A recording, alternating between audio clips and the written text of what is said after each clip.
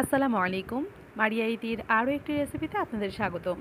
কেমন আছেন সবাই? আশা করি সবাই অনেক ভালো আছেন। আলহামদুলিল্লাহ আমরাও অনেক ভালো আছি। আজকের রেসিপিতে থাকছে চিকেন মোমো। আমি মোমোটাকে দুইভাবে তৈরি করেছি। একটা হচ্ছে গিয়ে স্টিম মোমো আর একটা ফ্রাইড মোমো। দুইটাই এক রেসিপিতে পেয়ে যাবেন। সাথে থাকছে চিলি অয়েল। বেশ মজা হবে এই মোমোটা তৈরি করতে এবং বানানো বেশ সহজ। মোমো তৈরি করার জন্য প্রথমে আমি এখানে 1.5 কাপ পরিমাণ ময়দা নিয়ে নিয়েছি। আর ময়দার উপরে আমি কিছুটা সামান্য লবণ দিয়ে নিয়েছি, অবশ্যই স্বাদ মতো। এবার রুম টেম্পারেচারের পানি দিয়ে আমি এটাকে মেখে নিচ্ছি। আমার 1.5 কাপ আটার জন্য এখানে আমার হাফ কাপ থেকে একটু বেশি পানি লেগেছে। যখন দেখবেন মাখতে মাখতে এরকম হাত থেকে বা যেই বাটিটায় মাখছেন সেটা থেকে আটা সরে আসছে, তখন মনে করবেন এটা বেশ পারফেক্টলি হয়ে গিয়েছে। এটা অনেক বেশি শক্ত ডো হবে না, আবার একেবারে নরম ডোও কিন্তু হবে না। তো এই তো আমি দেখতেই পাচ্ছেন আমার হাত থেকে কিন্তু এখন আটাটা সরে আসছে। তো এই পর্যায়ে আমি এটাকে রেস্টের জন্য রেখে দেবো। অবশ্যই এটাকে মিনিমাম আধা ঘন্টার জন্য রেস্টে রাখবেন। তো এটাকে ঢেকে রাখবেন অবশ্যই। আমি এবার ভিতরের পুরটা তৈরি করে নিচ্ছি। ভিতরের পুরটার জন্য আমি প্রথমে এখানে 1 কাপ পরিমাণ ভরে চিকেন কিমা নিয়েছি, তার 80 ভাগের মতো পেঁয়াজ কুচি দিয়েছি।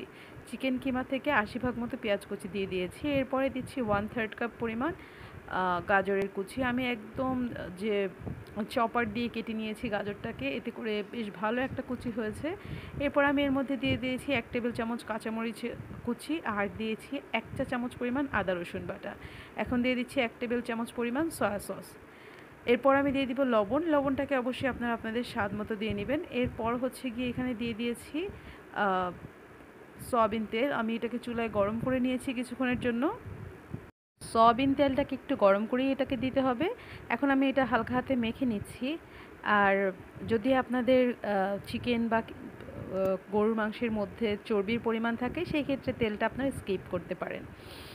এতে করে তেলটা দিলে একটা ভালো ময়েশ্চার হয়। যেহেতু আমি বুকের পাশের কিমাটা নিয়েছি, এটার মধ্যে তেমন তেল নেই। তো যাই হোক, আমি এটাকে মেখে এখন রেস্টে রেখে দিব। এই ফাঁকে আমি ময়দার যে ডোটা, এটাকে আমি একটু প্রিপেয়ার করে নিব। আমি এখানে প্রথমে ভালো করে এটাকে একটু মেখে নিচ্ছি। এরপরে আমি এটাকে একটা লম্বা শেপ করে কেটে নিয়েছি, যাতে করে সবগুলো একরকম হয়। তো এই তো দেখতেই পাচ্ছেন আমার প্রত্যেকটা শেপ একরকম হয়েছে। এখন আমি এগুলোকে একটু সরিয়ে নিব এক সাইডে, বাকিগুলোকে হচ্ছে আমি একটু বেলে নিব। আর বেলার জন্য কোনো ময়দা প্রয়োজন হয়নি আমার। আপনারা দরকার হলে একটু দিয়ে নিতে পারেন। আর এই যে আমার রুটির থিকনেসটা তো দেখতেই পাচ্ছেন কী টাইপের থিকনেস হয়েছে। ছোট্ট একটা রুটি বেলে নিয়েছি। এখন এর মধ্যে আমি প্রথমে কিমাটা দিয়ে দিচ্ছি। এখন এটাকে আমি একটু শেপ দিয়ে নিচ্ছি। আমি কুচি কুচি শেপ একটাই পারি, তো সেইটাই করে নিচ্ছি। আমি আসলে কুচি কুচি শেপটাও খুব বেশ যে ভালো পারি তেমন না। মোমোর জন্য আমি এত বেশি আর কি, কী বলে এটাকে, মানে মোমো বানানোর জন্য আমি এত বেশি এক্সপার্ট না। তো যাই হোক, আমি আরও একটা কুচি কুচি শেপ দিয়ে নিচ্ছি। কিছুই না, জাস্ট দুই পাশ থেকে যে কোনো দুই পাশে যে কোনো এক পাশ থেকে কুচি কুচি কুচি কুচি করে দিয়ে তারপর হচ্ছে একটু মুড়িয়ে এটার মুখটাকে একটু বন্ধ করে নিয়েছি। এই আর কি, আমি চেষ্টা করেছি আপনাদেরকে দেখানোর, তবে কতটা বোঝাতে পেরেছি বলতে পারছি না। যাই হোক, এখানে আমি আর একটা শেপ তৈরি করেছি, গোলাপ ফুলের যে শেপ। এই শেপটা আমার কাছে বেশ সহজ মনে হয়েছে। শেষের দিকের এই শেপটা আমি হচ্ছে গিয়ে এইরকম করে করে দিয়েছি। রুটির মাঝ বরাবর কিমা দিয়ে দুই পাশে আমি একসাথে করে নিয়েছি। এখন হচ্ছে গিয়ে দেখতেই পাচ্ছেন দুই কোণাটাকে আমি জাস্ট মিশিয়ে দিচ্ছি। এই তো হয়ে গেল খুব সহজ গোলাপ ফুলের শেপ। এই শেপটাকে আমি বেশ কতগুলো করেছি, শেষের দিকে এসে বললামই তো। তো যাই হোক, এখন আমি এটাকে একটু স্টিম করতে চলে যাব। স্টিম করার জন্য আমি এখানে পাতিলে দেখতেই পাচ্ছেন কী পরিমাণ পানি নিয়েছি। একদম কিন্তু ভরে নেইনি, অর্ধেকটা নিয়েছি পানি। এখন এর মধ্যে আমি একটা স্টিমার দিয়ে দিচ্ছি। এটা আসলে স্টিমার না, আমার রাইস কুকারের উপরে যে স্টিমটা থাকে সেটা দিয়ে দিয়েছি। আপনারা চাইলে মোমোর যে স্টিমারগুলো হয় সেগুলো নিয়ে যেতে পারেন। তো এটার মধ্যে আমি বেশ কিছুটা তেল ব্রাশ করে নিয়েছি। এখন আমি একে একে এই মোমোগুলো এর মধ্যে দিয়ে দিচ্ছি। তাই তো এগুলোকে দিয়ে আমি ঢাকনা দিয়ে ঢেকে দিব। আর সেটাকে আমি 6 থেকে 7 মিনিটের মতো করে রেখে দিয়েছিলাম। আর আমার পানিটা কিন্তু একদম ফুটছিল এরকম না, আমি একদম ফুটন্ত পানিতে কিন্তু দেইনি যখন পানিটা ফুটে। তো আমি চেষ্টা করেছি তার আগে দেওয়ার, যাতে করে হালকা হালকা যদি ফুটে সেটা কিন্তু স্টিম ভালো করে হয়ে যাবে। তো এই তো আমি এখন এটা একটা ঢাকনা দিয়ে বন্ধ করে দিচ্ছি। আর ফ্রাইডের জন্য আমি এখানে শ্যালো ফ্রাই করব। তার জন্য আমি সামান্য পরিমাণ তেল নিয়েছি, দেখতেই পাচ্ছেন তেলের পরিমাণটা কি, আমি কিন্তু ডুবো তেলে ভাজিনি।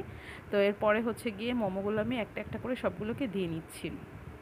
আর এগুলোকে কিন্তু অনেক বেশি ভাজার দরকার নেই। শ্যালো ফ্রাইতে হালকা ক্রিস্পি হয়ে যাবে যখন, এই যে দেখতেই পাচ্ছেন উপরটা ব্রাউন হয়ে গিয়েছে, তো এই পর্যায়ে আমি নামিয়ে নিয়েছি। আর এখানে আমি চিলি অয়েলটার জন্য আমি যেই মোমো ভাজার পর যতটুকু তেল ছিল তার মধ্যে হচ্ছে রসুন কুচি দিয়ে দিয়েছি 1 টেবিল চামচ পরিমাণ। আর 1 টেবিল চামচ পরিমাণ হচ্ছে গিয়ে এখানে দিয়ে দিচ্ছি শুকনো মরিচের গুঁড়া। আপনারা চিলি ফ্লেক্স বাজারে কেনাটা দিতে পারেন, এতে করে দেখতে আরও বেশ সুন্দর হবে। আমারটা ছিল তেলে ভাজা ছিল, তো এই জন্য একটু কালো কালো হয়ে গিয়েছে। তো যাই হোক, এরপর আমি এখানে দিয়ে দিচ্ছি 1 টেবিল চামচ পরিমাণ সয়া সস আর 1 টেবিল চামচ পরিমাণ টমেটো কেচাপ। তো এই তো সব দেয়া শেষ। এখন আমি এটাকে বেশ ভালো করে একটু নেড়ে চেড়ে নামিয়ে নিয়েছি। হয়ে গেল ভীষণ মজার চিলি অয়েল। এটা বাসায় বানানো এত সহজ আর খেতে ভীষণ ভালো লেগেছে আমার। এইভাবে করে একবার বানিয়ে দেখবেন বাসায়, আশা করছি আপনাদেরও ভালো লাগবে। তো যাই হোক, আমি এখানে বেশ ভালো করে নেড়ে চেড়ে এখন আমি নামিয়ে নিচ্ছি এবং চলে যাচ্ছি পরিবেশনে। খুবই মজা হয়েছে আজকের এই চিকেন মোমোগুলো। আপনারা চাইলে এই রেসিপি ফলো করে বানাতেই পারেন। আর আপনারা কী রেসিপি দেখতে চান তাহলে বলতে পারেন আমার এই চ্যানেলে, আমি চেষ্টা করব সেই রেসিপিগুলো তৈরি করে দেখানোর। যাই হোক, আজ খেতে খেতেই বিদায় নিব, আজ আর বাড়াবো না। দেখা হবে অন্য কোনো রেসিপিতে। ততদিন পর্যন্ত ভালো থাকবেন, সুস্থ থাকবেন। আর হ্যাঁ, অবশ্যই আমাদের জন্য দোয়া করবেন, আমরাও আপনাদের জন্য দোয়া করি। এই তো চিলি অয়েলটা একটু দিয়ে আমি খেতে খেতে বিদায় নিচ্ছি, আর আপনারা উপভোগ করতে থাকেন। আর যদি ইচ্ছে হয় তাহলে বানিয়ে খেতে পারেন বেশ সহজ চিকেন মোমো। আল্লাহ হাফেজ, আসসালামু আলাইকুম।